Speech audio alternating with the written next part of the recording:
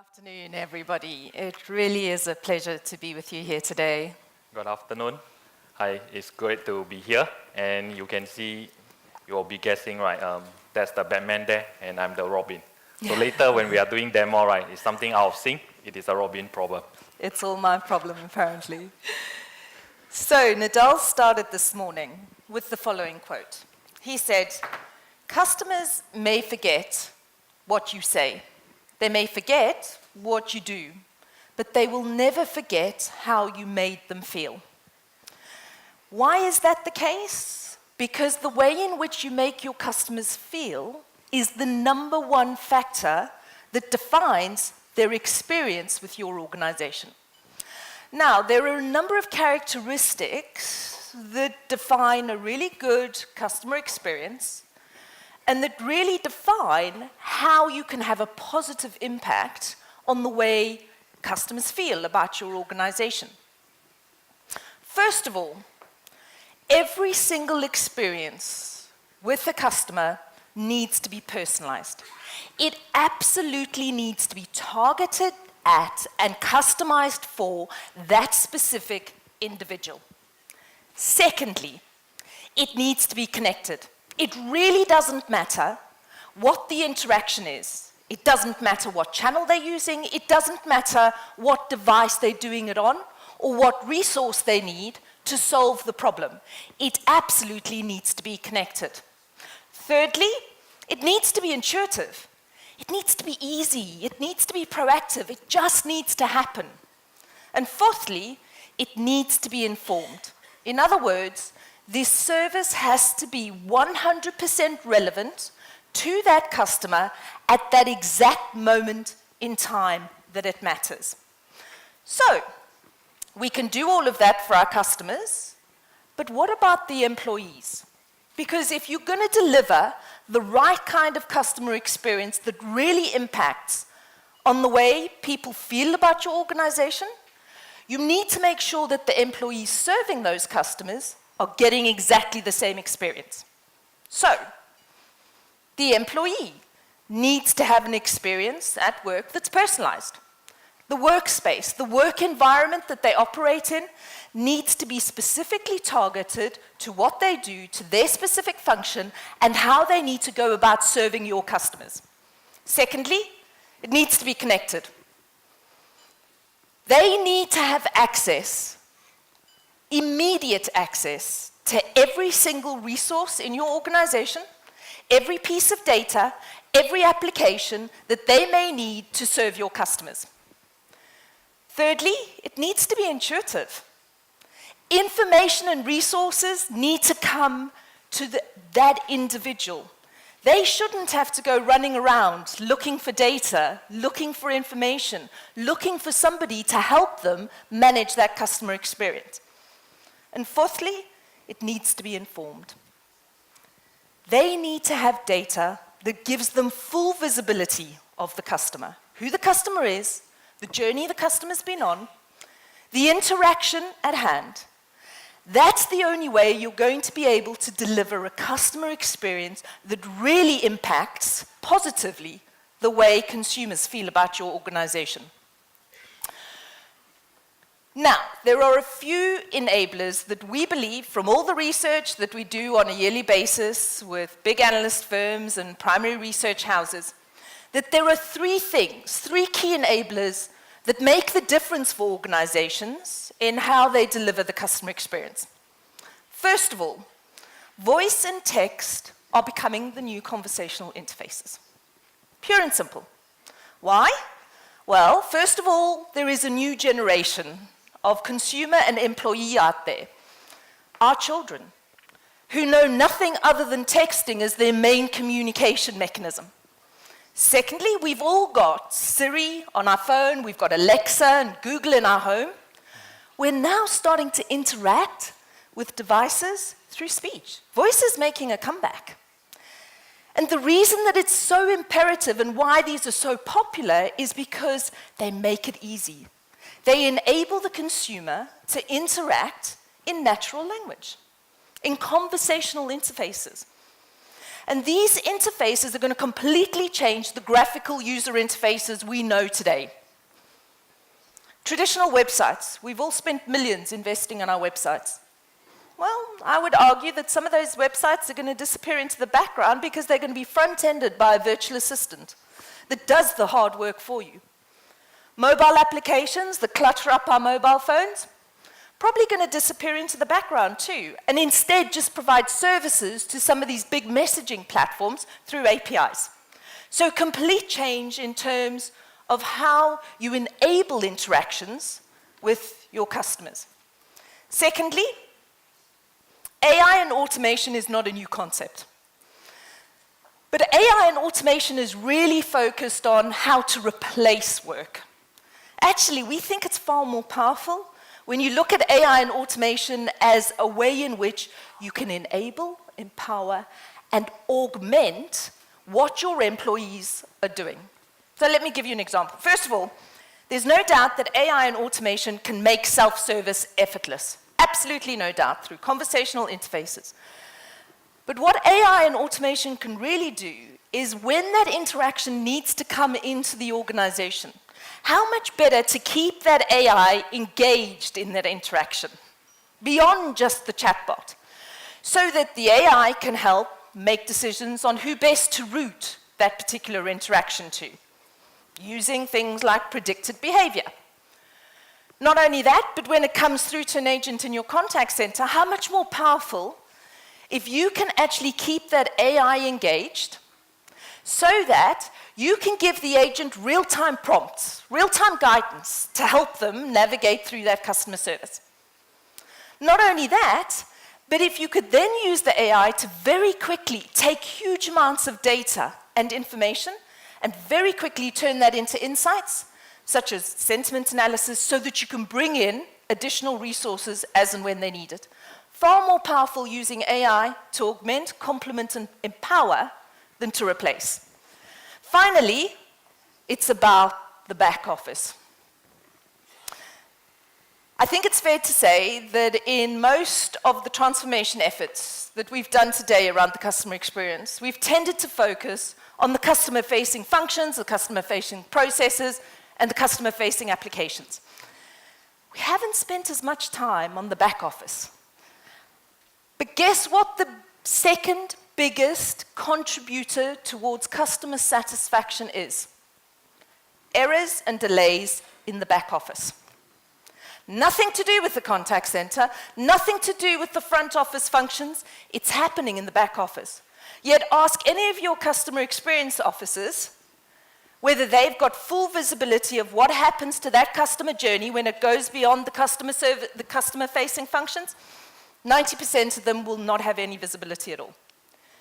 In fact, less than a third of organizations say they're doing a really good job of integrating the front and the back office. So being able to bring the front and back office together is absolutely critical in terms of delivering the right type of customer experience. So you have here Natalie outline what the intelligent experience is and the key enablers for an intelligent experience. I think it will be good now, right, for us to show videos for you to let you picture what a super surf scenario could be looks like. Video, please. Imagine a world where access to everything you need is available quickly, with minimal fuss and effort. Meet James. James needs a car loan. From the comfort of his sofa, James starts looking for loans.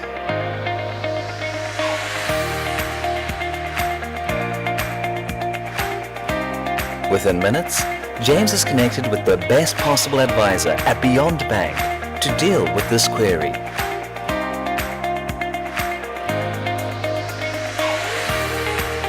Meet Sarah. Sarah specializes in car loan applications and is a top sales agent. Sarah has everything at her fingertips to help James immediately. As an existing Beyond Bank customer, James is quickly authenticated. But as a loyal customer, he wants a better rate. Meet Matt. Matt is Sarah's on-duty supervisor. In real time, Matt is notified that James is dissatisfied and intervenes to provide a better rate. Sarah quickly identifies an available specialist underwriter to review the quote in order to get the best rate for James.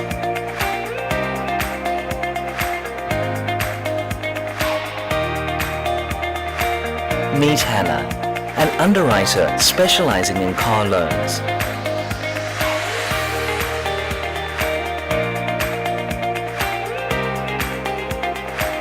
Hannah quickly understands the request and calculates a revised rate for James. A quick message from Hannah, and Sarah is able to give James the good news about the revised rate.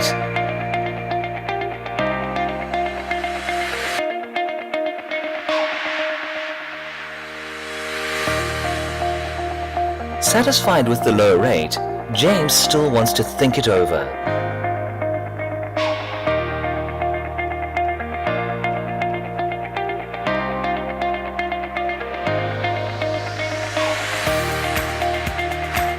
Later in the day, James decides to accept the loan.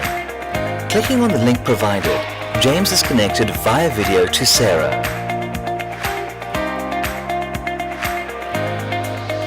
Completing the application is easy because a lot of the information is pre-populated. And Sarah is presented with specific information to guide her through more complex elements of the application.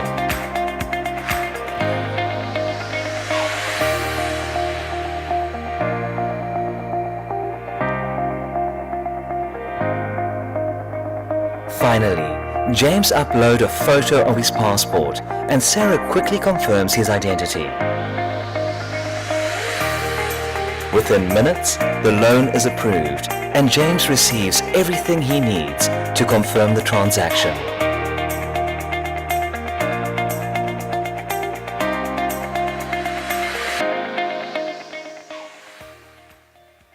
Pretty cool, right? So now we're going to show you how you can achieve this type of customer experience using the Avaya capabilities that you all depend on every single day to run your customer services functions. So can we play the Alexa, please? Alexa, open Beyond Bank. Welcome to Beyond Bank. Please tell me your username. My username is James Smith. Thank you. A 4-digit verification code has been sent to your mobile. Please read out the code. The code is 1234. Thank you, James. You are now verified. How can I help? What are your car loan rates? For existing Beyond Bank customers, we can offer rates from as low as 4.5%. Would you like to speak to an advisor about your options? Yes.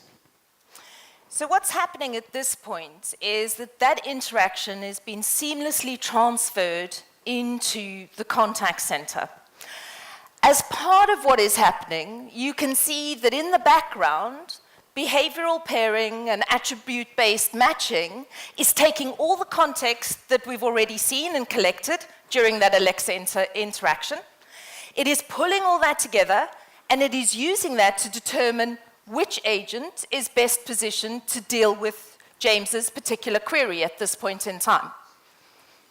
And you can also see that the interaction then pops up onto Sarah's desktop as the interaction is passed over from the Alexa into the contact center. so Sarah, at the quick glance, will know exactly what's happening about James, why James is calling, and he's actually calling out from his home device, Alexa. So she has all the information to proceed.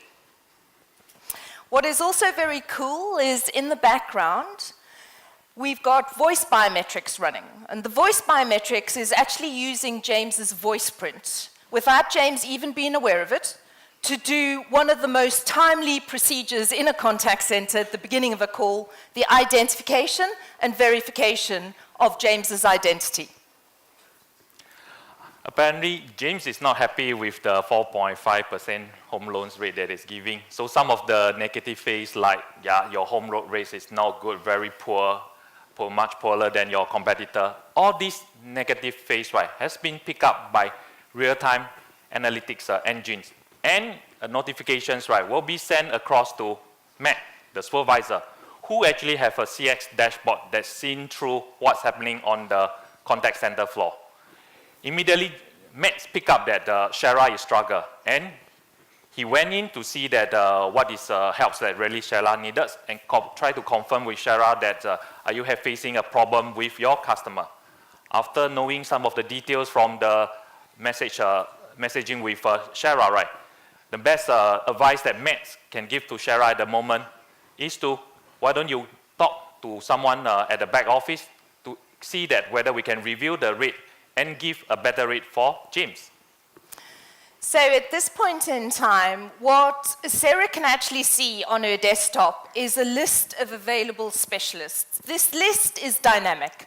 So based on the context of the interaction that Sarah is dealing with, this list will come up with the most suitable advisors with specialism in this area to assist Sarah. What it also does is it gives a view of their presence. So Sarah can see immediately who is available and who's not available so that she can very quickly select the most appropriate expert. In this case, Sarah actually selects Hannah. Now, Hannah is sitting over in another part of the organization. She's part of the underwriting team. She is also using Avaya Equinox as her communication and collaboration capability, whereas Sarah is working on Oceana workspaces for her communication and collaboration. Not a problem, because what Avaya have done is converged the communication platforms across the entire portfolio. So, regardless of what application Sarah is using in the contact center, and what application Hannah is using, Avaya or non-Avaya, to do her work, the two can communicate and collaborate. And what you can see here is communication happening in real time between the two individuals. All the same time, James is still on the call. So we've still engaged James to get the best possible rate for him during this interaction. Right, so by now, James has been offered a much better rate, but as the video say, right, he still want to think, and because he's on the phone call now, he probably can't go through the subsequent phone application process. So what happened here is that Shara can send a link to James to say that if you decide later, click on the links and we will follow up the entire process for you. So later in the day, James has had some time to think about the loan, and he decides that he wants to proceed. Really easy for him, because he received an SMS, which you saw pop up on his mobile phone earlier. He goes into that SMS, he clicks on the link, it takes him to his Beyond Bank mobile application. Now the cool thing here is that on this particular application, we've embedded all the communication. So the communication has been embedded into the application, which means that James can very quickly click the button to establish a video call. He doesn't have to do anything else. It happens automatically because it's a web RTC call, so he doesn't have to download anything at all onto his app.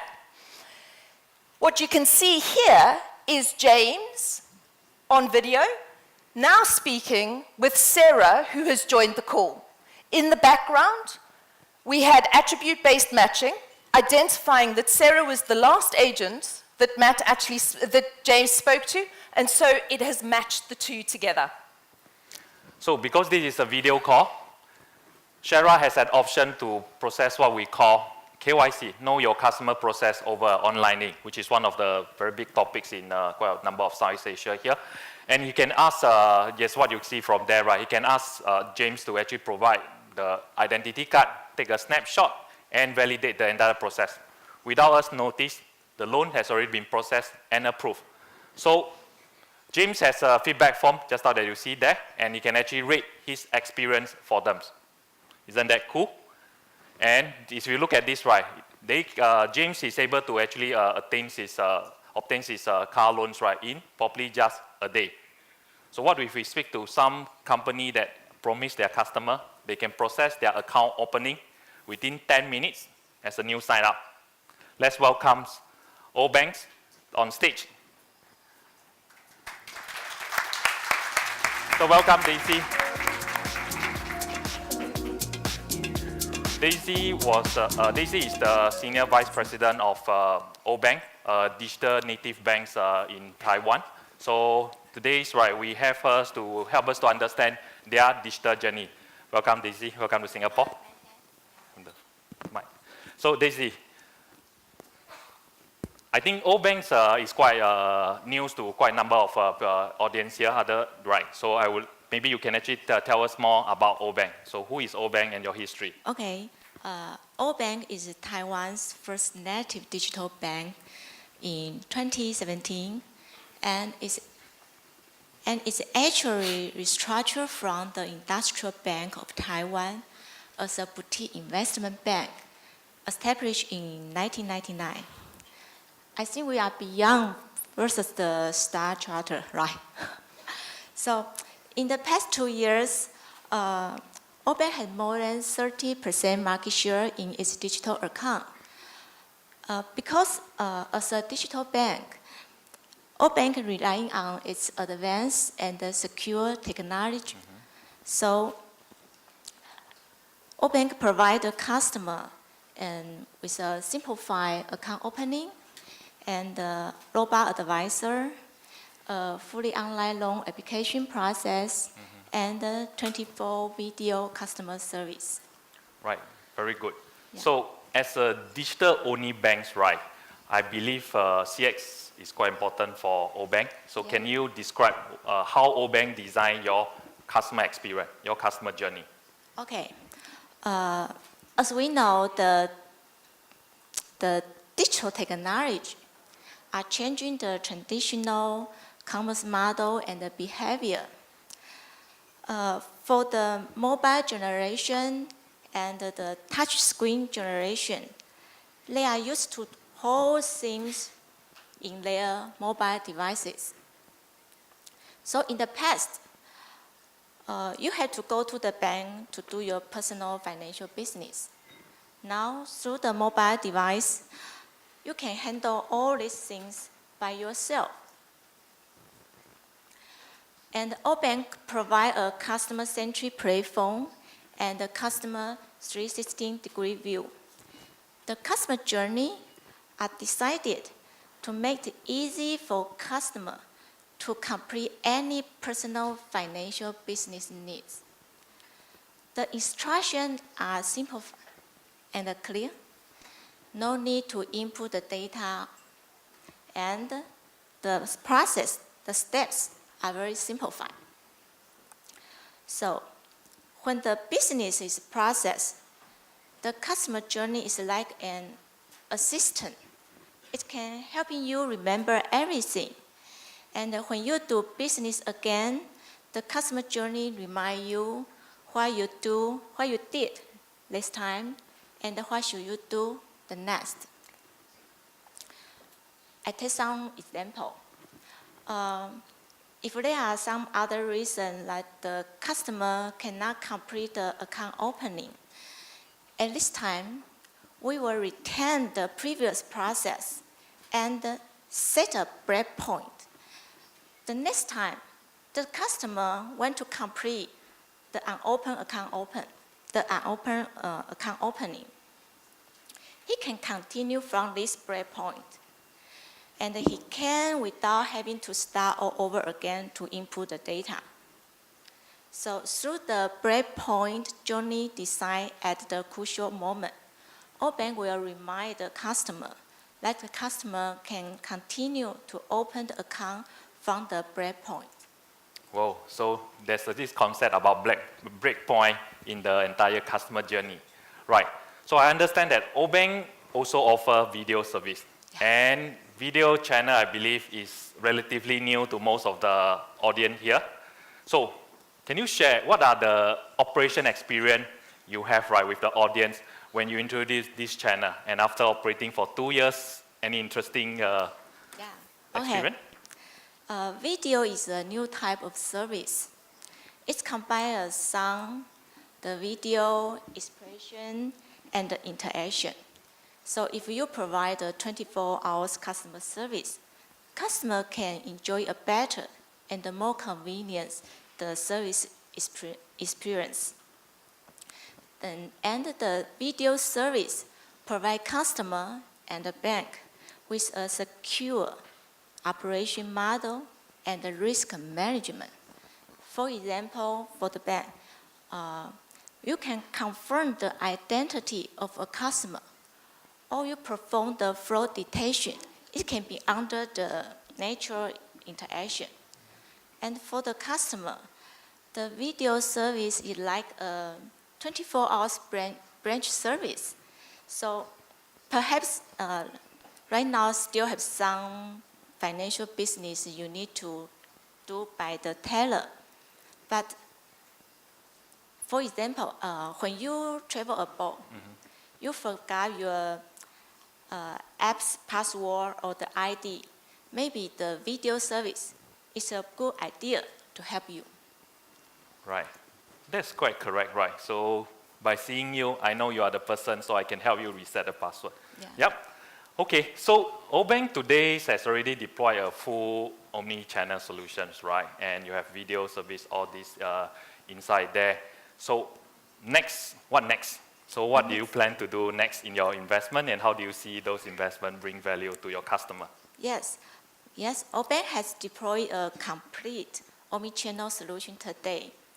But next, we still want to continue to provide more and more interesting service and combine with the ecosystem to better serve our customer.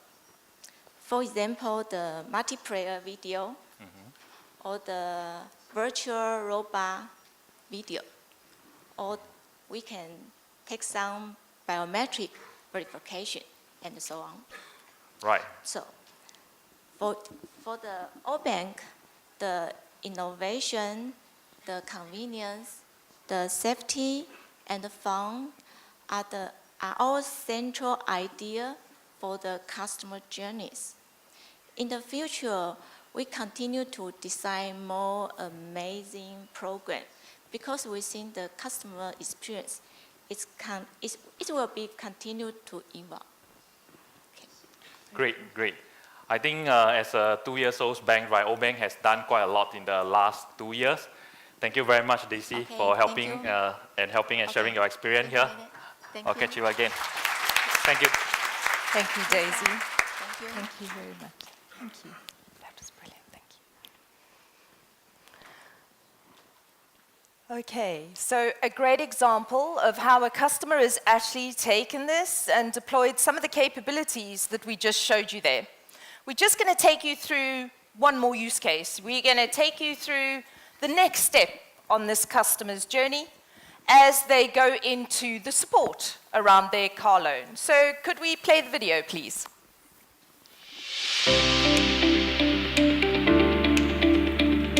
The following day, James realizes he needs to change the payment date for the loan. From WhatsApp, he initiates a conversation with the bank. Yon, the friendly virtual assistant, is immediately on hand to assist James. Being a native French speaker, James would prefer to interact in French and as a spoken, not text-based interaction. No problem for Yon, who not supports natural language speech but is also fully proficient in French. Yon confirms the payment date for the loan each month. James, realizing the payment date falls before his salary is paid in, requests that the date is changed.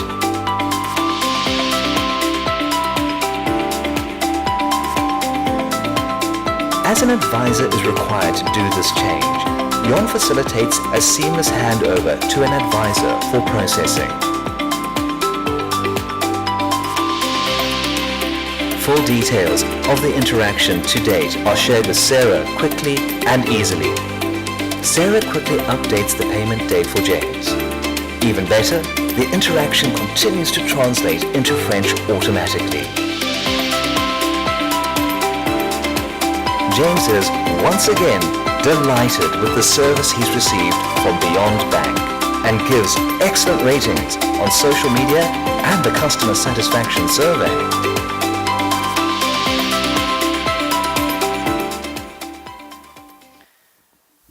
cool. So let's show you how we can enable that from an Avaya perspective.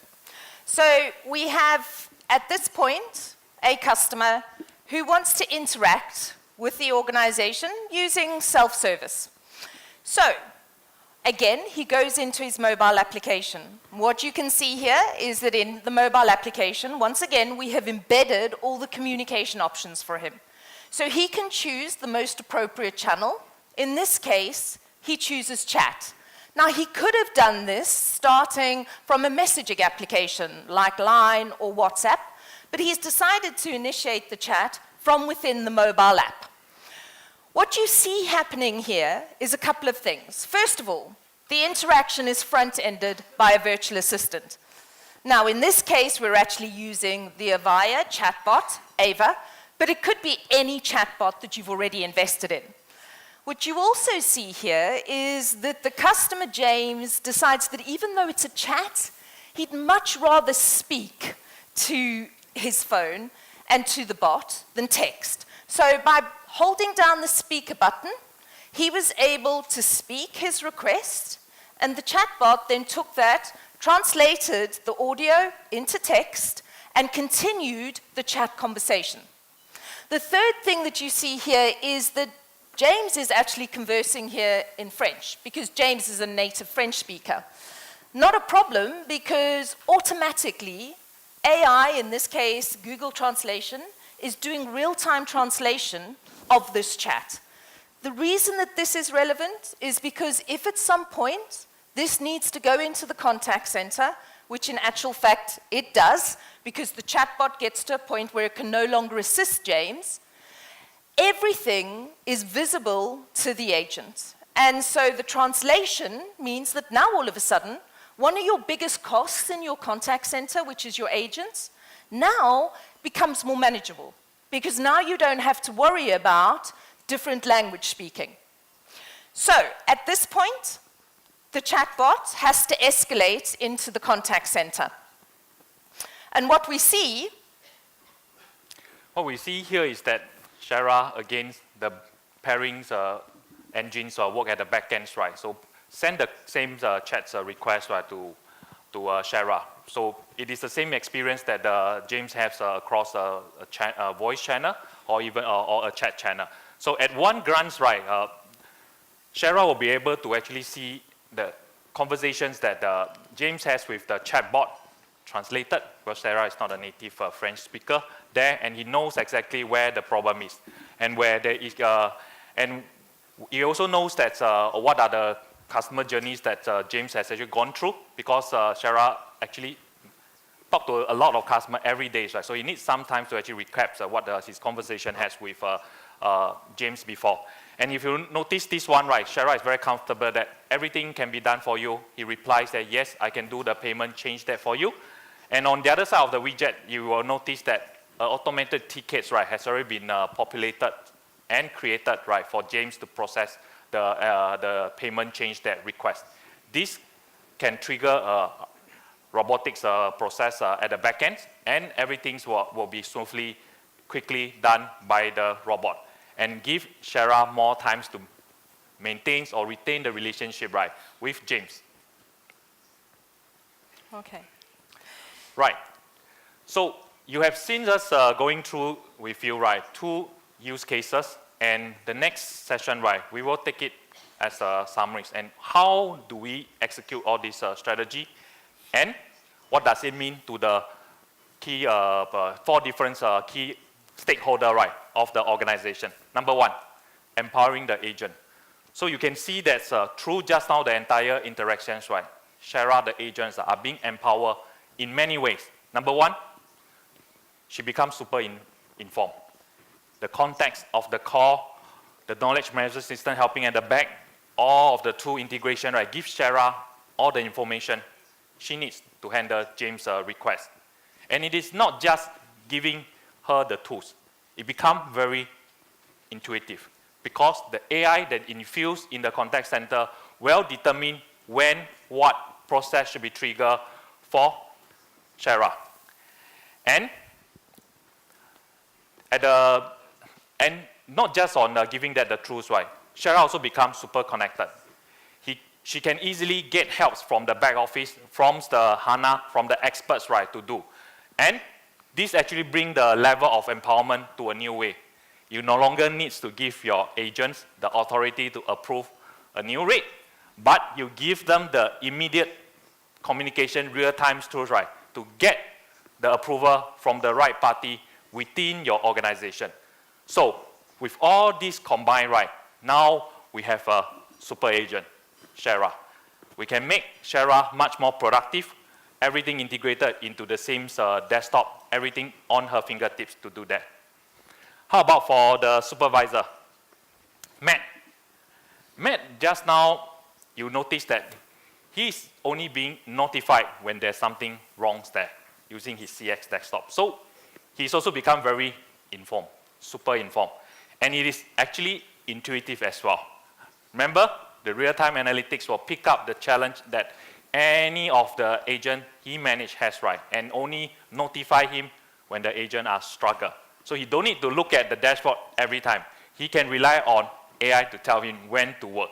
So the messaging widget, the messaging capability that Matt has to intervene the conversations, right, give him the tools to help, to connect the agents, coach the agent on the different way. And in these manners, right, now you can imagine that instead of managing just 10 agents per supervisor, Matt probably can manage double of the amount of agents today. So what we've done is we've made sure that we've given the employees serving the customer the right tools to make them super at what they do. We've enabled them to super serve the customer. We've enabled them to ultimately delight the customer. What we've done for the customer is we've made sure that the experience that they have with the organization is super personalized. We've given things like virtual assistants. We've allowed them to speak in natural language. We've leveraged context wherever we could to personalize the interaction to the customer directly. We've also connected the entire journey. We've given them flexibility in terms of the interaction channels that they can use.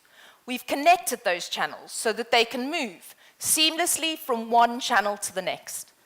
We've also made sure that we've brought the right resources to bear to support that customer throughout the journey.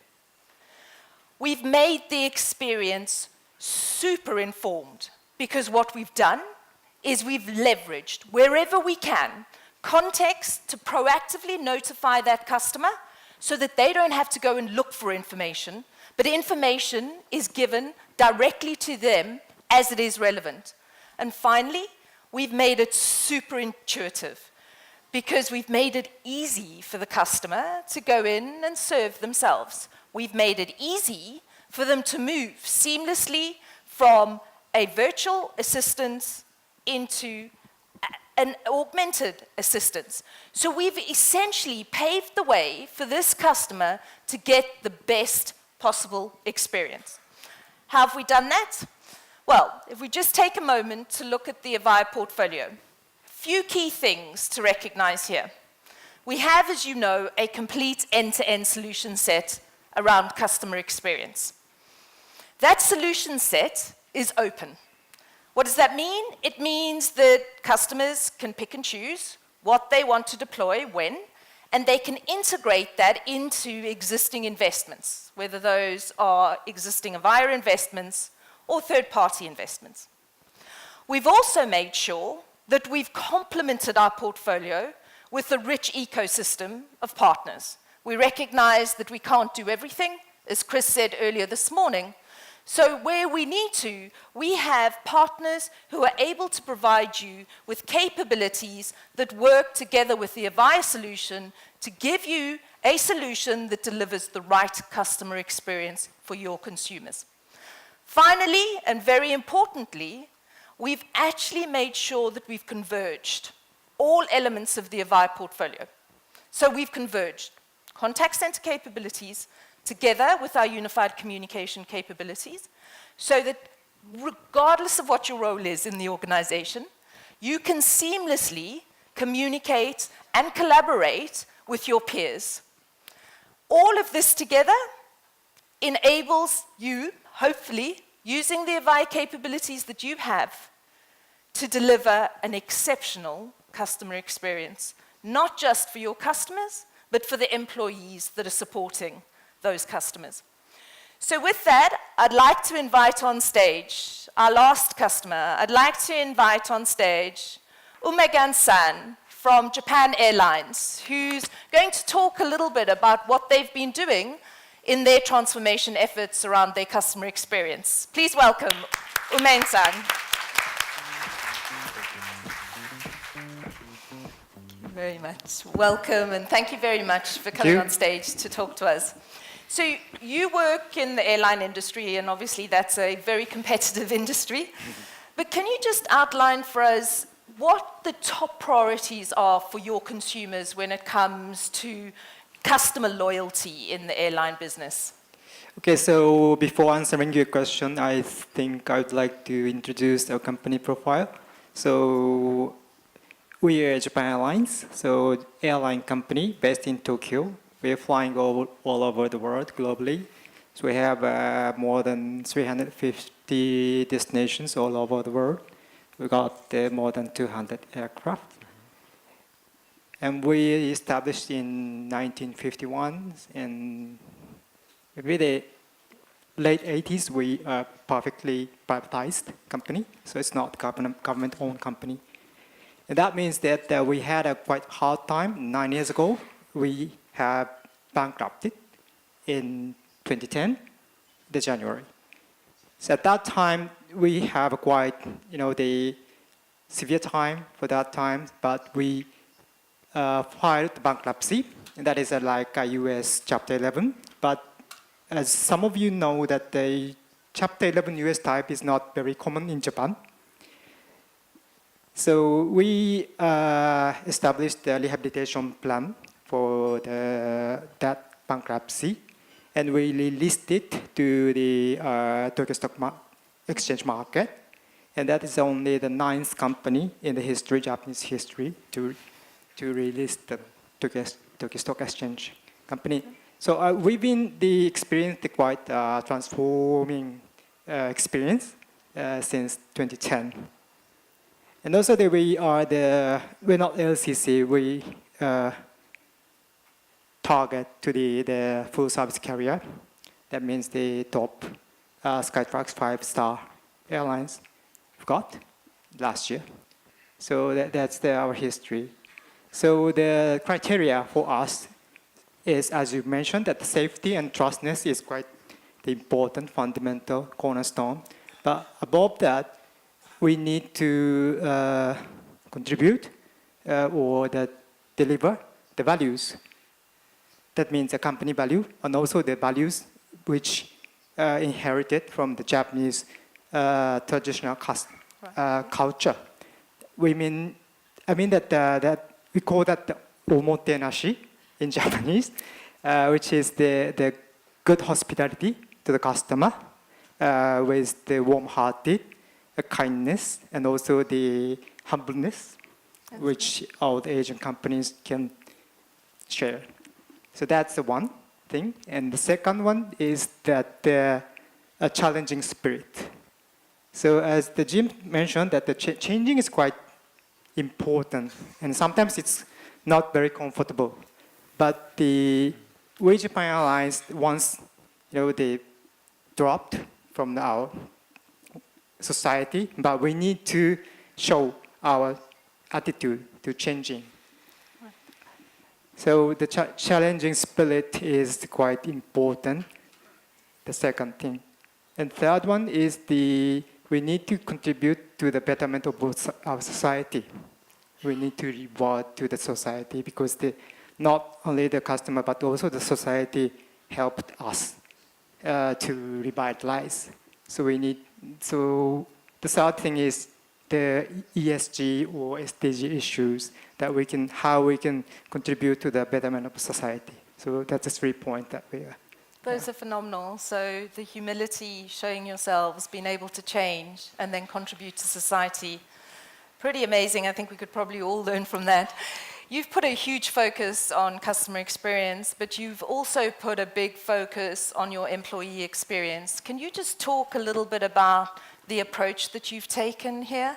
Okay, so as easily imagine that you are a quite frequent traveler, so I think I don't have to explain the airline customers' customer journeys, but okay, so easily, if you want to plan to travel, just you search, and we offer our products or a price, and you shop, a payment, and then you're going to the airport and get on board. Sometimes you had a disruption, so we need to notify you, and also after using the aircraft, maybe you can earn the mileage and redemption, and then you come back to us again. So that's all the customer journey for airlines. It's quite easy to imagine. And also, I am the vice president of the contact center designing, planning department. But my mission is not for contact center or call center only. As you can imagine that when I joined the airline company, that is about more than 25 years ago, there was no internet, and no mobile phone, and no ET. No so bad guy. Showing our age here. So the call center for airline, the legacy image is that making the reservation only. So, but nowadays, our domestic market, more than 75%, or more or less 70%, buying from our website. Also, we need to catch up the innovative digital moving. So, my mission is to start thinking from the customer experience journey. The contact center is not for only the payment or shopping time, but all the channel and all the stage of the customer journey. So thinking from the customer experience leads us to think about our employee experience. That is the contact center agent, career visions, also the management plans. So if we start from the contact center, we just stay in a quite narrow silo.